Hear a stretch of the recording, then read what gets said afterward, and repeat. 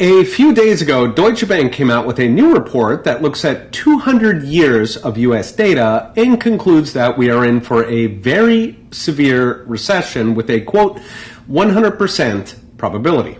So can we turn this thing around? Now, Deutsche leads with the important detail that not only are banks crashing on the biggest scale since the 1930s, the U.S. money supply is also shrinking at the fastest scale since the 1930s. Of course, one major difference is that in the 1930s, we did not have nearly the levels of government debt that we have today. In fact, the federal debt was under 20% of GDP going into the Depression. Today, it is over 100% of GDP, and according to Congress's own number crunchers, is on its way to 200%.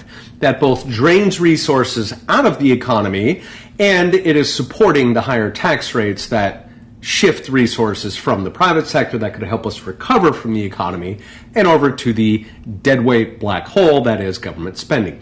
Now, the one strand of hope might be that policymakers are not as dumb as they were in the 1930s when both parties united to destroy the economy with central planning instead of the natural mechanisms that economies use to fix themselves.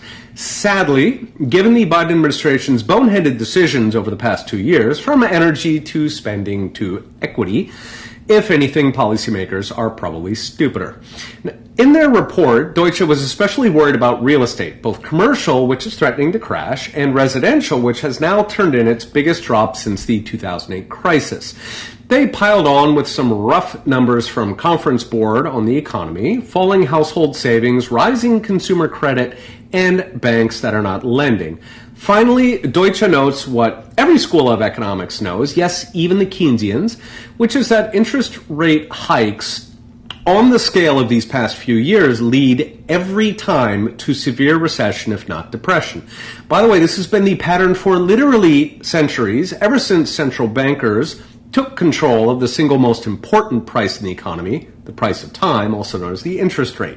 Yet it has so far escaped the notice of Jay Powell, Janet Yellen, and the other tens of thousands of PhDs we pay, in theory, to understand the economy. So is there a way out? The solution, of course, is staring us right in the face with the debt ceiling, but it almost certainly will not happen.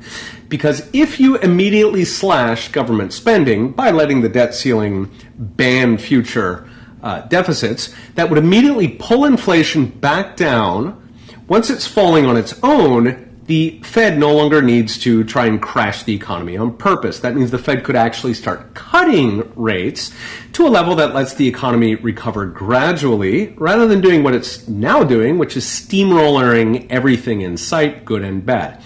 If that was combined, now this is pure fantasy, but if that was combined with less government spending, perhaps by laying off the army of regulators we also pay to crush small business, we could actually get an entrepreneurial revival that could pull us out of the tailspin.